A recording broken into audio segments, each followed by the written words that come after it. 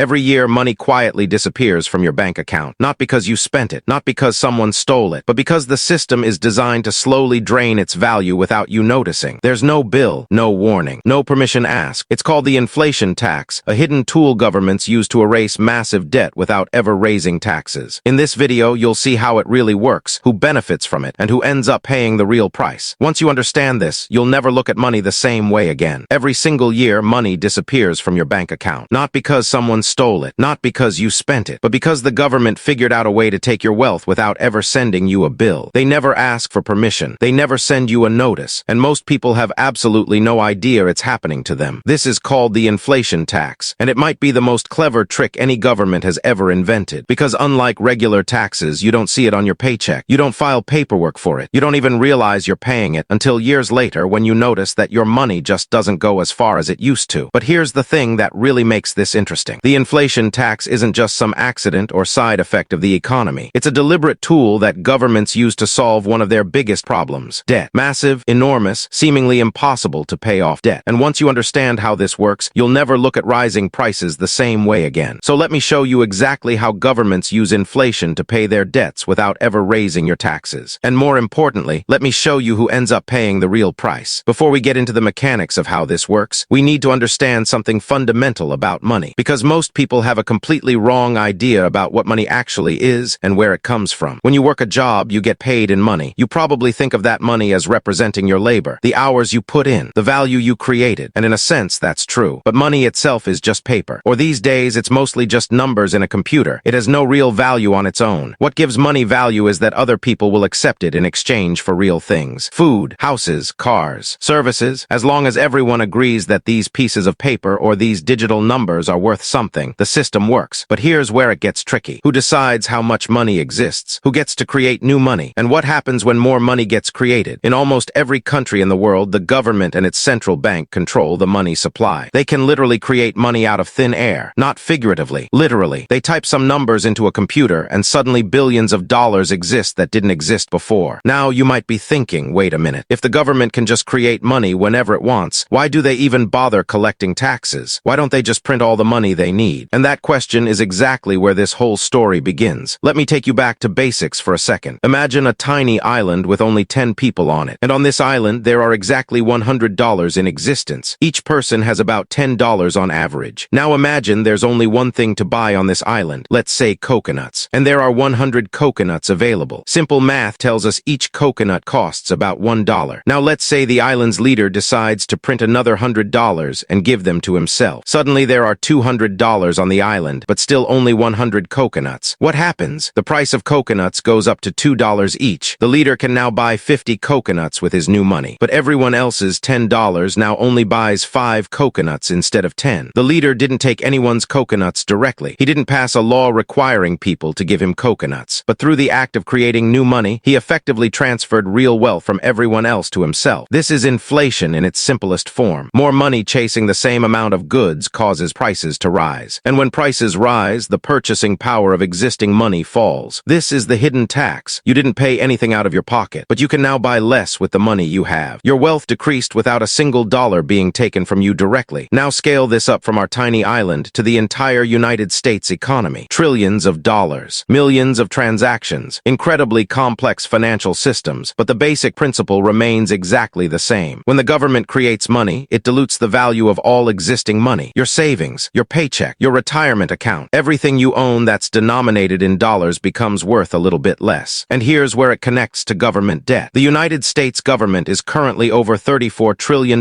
in debt. That number is so big it's almost meaningless. 34 trillion. If you spent $1 million every single day, it would take you over 90,000 years to spend $34 trillion. Now, governments have to pay interest on their debt just like you pay interest on a credit card or a mortgage. And as the debt grows, those interest payments grow too. Eventually, the interest payments alone can become so large that they crowd out everything else the government wants to spend money on. This creates a problem, a really big problem, because governments don't like cutting spending, and they really don't like raising taxes. Cutting spending makes people angry because they lose services they've gotten used to. Raising taxes makes people angry because, well, nobody likes paying more taxes. So governments face a dilemma. They need money to pay their debts, but they don't want to face the political consequences of getting that money through obvious means. Enter the inflation inflation tax. Here's how it works in practice. The government issues bonds to borrow money. Investors, banks, foreign countries, and regular people buy these bonds. In exchange, the government promises to pay them back with interest in the future. But what if the government could pay back those bonds with money that's worth less than the money it originally borrowed? Let's say the government borrows $1 billion today. It promises to pay back that $1 billion plus interest in 10 years. Now, if over those 10 years, the government creates a bunch of new money and causes inflation, the purchasing power of that $1 billion drops. The government still pays back the $1 billion.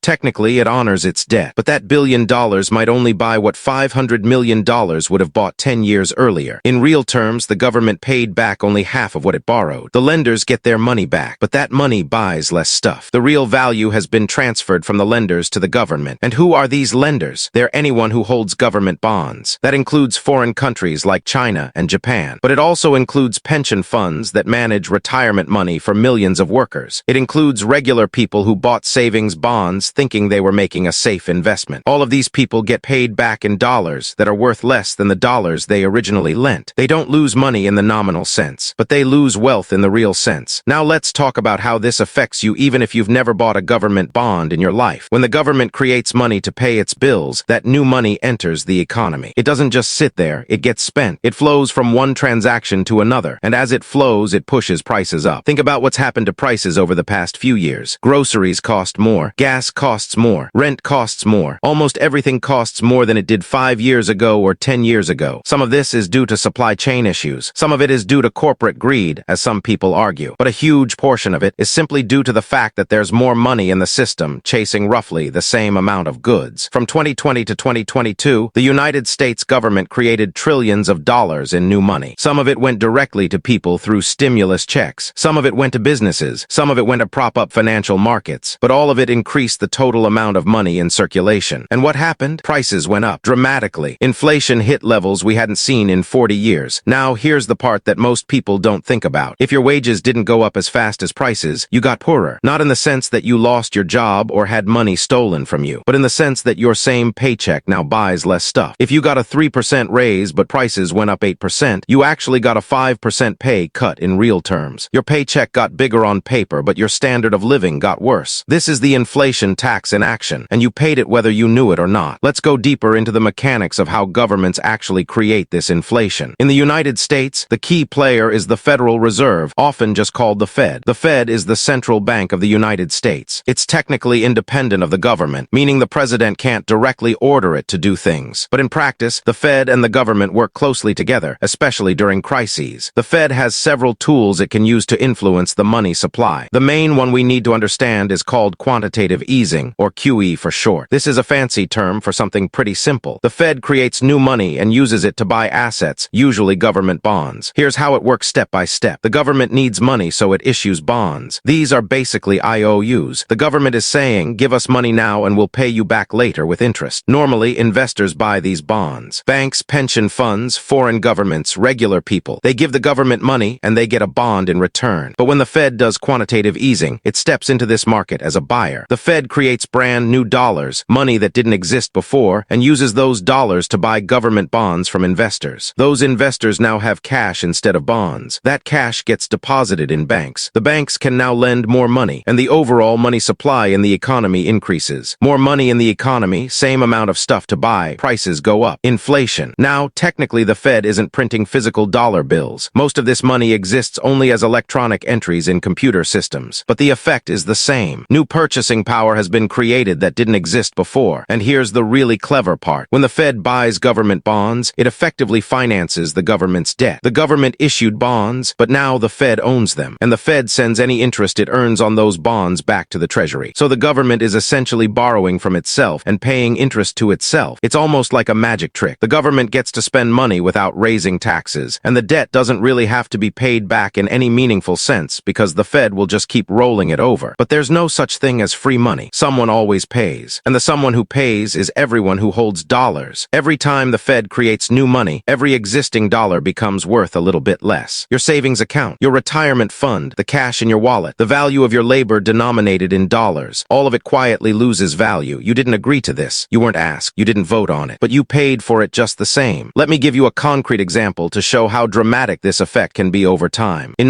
1970, the average price of a house in the United States was about $24,000. The average worker's annual income was about $6,000, so it took about 4 years of income to buy a house. Today, the average house price is around $400,000. The average income is around $60,000, so it now takes almost 7 years of income to buy a house. If you adjust for inflation, meaning if you account for the changing value of the dollar, houses are significantly more expensive in real terms than they used to be. But here's the interesting part. A lot of that price increase isn't because houses got that much better. It's because the dollar got that much worse. The money that $24,000 represented in 1970 has been diluted so much that you now need 400,000 of those same dollars to buy a similar house. This is wealth transfer in action. People who owned houses in 1970 saw their asset values skyrocket in dollar terms. People trying to buy houses today have to work much harder and longer to afford the same thing. And this pattern repeats across the entire economy. Assets that can't be easily created, like land and houses and gold, tend to rise in price as the currency is diluted. Wages, which represent the labor of regular people, tend to lag behind. The result is that over time, the rich get richer and the poor get poorer, not necessarily through any conspiracy or intentional malice, but through the simple mathematics of how inflation works. Asset owners benefit from inflation because their assets rise in price. Wage earners suffer from inflation because their pay doesn't keep up. And guess who owns the most assets? The wealthy. Guess who depends most on wages? Everyone else. This is why some economists call inflation a regressive tax. It hits the poorest people the hardest. Rich people can protect themselves by owning assets that rise with inflation. Poor people who don't have assets and live paycheck to paycheck have no protection. Now let's talk about how governments throughout history have used this trick, because this isn't anything new. Governments have been using inflation to pay their debts for as long as money has existed. In ancient Rome, the emperors faced a similar problem to what governments face today. They wanted to spend money on armies and public works and bread and circuses for the people, but they didn't have enough gold and silver to pay for it all. So what did they do? They debased the currency. This is the ancient version of printing money. Roman coins were supposed to be made of precious metals, primarily silver. But over time, the emperors started mixing cheaper metals into the coins. A coin that was supposed to be 90% silver might only be 50% silver, with the other half being copper or some other cheap metal. The emperor could then mint twice as many coins with the same amount of silver. More coins in circulation meant more spending power for the government, but it also meant each coin was worth less in real terms. Prices rose. The currency became less trusted. Eventually, people started demanding more coins for the same goods, and the inflation spiral accelerated. The Roman Empire didn't fall because of currency debasement alone, but it was a significant factor. As the currency became worthless, trade became difficult. Soldiers demanded to be paid in goods rather than coins. The economy fragmented. This pattern has repeated throughout history. In Weimar Germany after World War I, the government faced enormous war debts and reparation payments to the Allied powers. Rather than default on these debts or drastically cut spending, the German government chose to print money. The result was one of the most extreme episodes of hyperinflation in history. Prices doubled every few days. People would get their paychecks and immediately rush to spend them before the money became worthless. Workers were paid twice a day so they could spend their morning wages before prices rose again in the afternoon. There are famous photographs of children playing with stacks of currency notes that were worth less than the paper they were printed on. People burned money for heat because it was cheaper than buying firewood. This hyperinflation destroyed the German middle class. People who had saved their entire lives for retirement found their savings worthless overnight. The social and political chaos that followed helped pave the way for extremist movements, including eventually the Nazi Party. This is an extreme example, and most inflation doesn't get anywhere near this severe, but it illustrates the danger of the path that governments walk when they choose to inflate their way out of debt. More recently, we can look at countries like Venezuela and Zimbabwe, where governments printed money to finance their spending and destroyed their currencies in the process. In Venezuela, a cup of coffee might cost millions of bolivars. People need wheelbarrows full of cash to buy basic groceries. The economy collapsed, and millions of people fled the country. In Zimbabwe, inflation got so extreme that the government issued a $100 trillion note. That's not a joke. $100 trillion, and it wasn't worth enough to buy a loaf of bread. These countries aren't fundamentally different from the United States or Europe or any other developed nation. They just pushed the inflation strategy further and faster than others. The same basic principles apply everywhere. Now you might be thinking, okay, but the United States isn't Venezuela. We're the world's largest economy. We're not going to have hyperinflation. And you're probably right, at least for now. But here's the thing. You don't need hyperinflation for the inflation tax to steal your wealth. Even mild, persistent inflation of 2 or 3% per year adds up over time. Let's do some math. If inflation inflation averages 3% per year, the purchasing power of a dollar drops by half in about 23 years. That means if you save $10,000 for your retirement when you were 30, by the time you're 53, that $10,000 only buys what $5,000 would have bought originally. You didn't lose any dollars. You still have 10,000 of them, but you lost half your purchasing power. Half your real wealth disappeared without you ever seeing it go. Now stretch this out over a lifetime. The average person works for 40 or 50 years. Over that time, at 3% inflation, the dollar loses about 75% of its value. What cost a dollar when you started working costs $4 when you retire. If your savings and investments didn't grow at least as fast as inflation, you actually got poorer by saving money. The responsible thing you did, putting money aside for the future, was punished by the system. This is why financial advisors always talk about investment returns in real terms, meaning after adjusting for inflation. A 5% return sounds great until you realize inflation was 3%, giving you only a 2% real return. And this brings us to one of the sneakiest aspects of the inflation tax. It's hidden in plain sight, but most people don't see it. When you pay income tax, you know exactly how much you're paying. You can look at your pay stub and see the amount deducted. You can file your tax return and calculate exactly what went to the government. But the inflation tax has no line item. There's no form to fill out, no number to look at. It just quietly erodes your wealth in the background while you go about your life. This invisibility is a huge advantage for governments. If they raised taxes enough to pay off the national debt, there would be outrage. People would vote them out of office. There would be protests in the streets. But inflation happens slowly and silently. Most people don't connect rising prices to government policy. They blame corporations for being greedy. They blame supply chains for being disrupted. They blame workers for demanding too much. They don't blame the printing press. And politicians love it. They get to spend money and be popular with the beneficiaries of that spending. They get to avoid the unpopularity of raising taxes. And someone else, often a future politician, will have to deal with the consequences. This is why government debt keeps growing. Why we keep hitting new records. Why the numbers just keep getting bigger. Because the short-term incentives for politicians all point toward more spending and more debt, with the costs pushed into the future through inflation. It's a classic case of concentrated benefits and dispersed costs. The people who receive government spending know exactly who to thank. The people who pay through inflation don't know who to blame. Now let's talk about who wins and who loses from this system. The biggest winner is the government itself. It gets to spend more than it takes in through taxes. It can finance wars, social programs, infrastructure, anything it wants. And it can delay the bill indefinitely by rolling over its debt and inflating it away. The second winner is anyone with significant assets, especially assets that appreciate with inflation. If you own real estate, stocks, businesses, or commodities, inflation actually helps you. Your assets rise in value while your debts shrink in real terms. Think about someone who bought a house with a mortgage 20 years ago. They might have borrowed $200,000 when the house cost $250,000. Today, that house might be worth $500,000, but they still only owe whatever's left on that original $200,000 loan. Their debt stayed fixed in dollar terms while their asset value doubled. Inflation transferred wealth to them from their creditors. The third winner is anyone who borrows money for productive purposes. If you borrow money to start a business and that business succeeds, inflation helps you pay back the loan with cheaper dollars. Entrepreneurs who use leverage wisely can benefit from inflation. Now for the losers. The biggest loser is anyone who saves money in cash or low-yielding accounts. If your money is sitting in a savings account earning 1% while inflation is 5%, you're losing 4% of your purchasing power every year. You're getting poorer just by being responsible. The second loser is workers whose wages don't keep up with inflation. As we discussed earlier, if prices rise faster than your pay, your standard of living declines. You can afford less even though you're working just as hard. The third loser is anyone on a fixed income. Retirees living on pensions or Social Security are especially vulnerable. Their income might be adjusted for inflation, but often not fully or not quickly enough. They feel the price increases immediately, but might not see their income increase for months or years. The fourth loser is lenders, especially those who lend at fixed interest rates. If you lent someone money at 5% interest and inflation suddenly jumps to 8%, you're losing money in real terms even though you're technically earning interest. This last category is interesting because it includes some powerful institutions. Banks, pension funds, and foreign governments who hold U.S. Treasury bonds are all lenders to the U.S. government. When the U.S. inflates its currency, these lenders lose purchasing power. This is sometimes called exporting inflation. The United States can essentially tax foreign countries by devaluing the dollars those countries hold. China holds over $1 trillion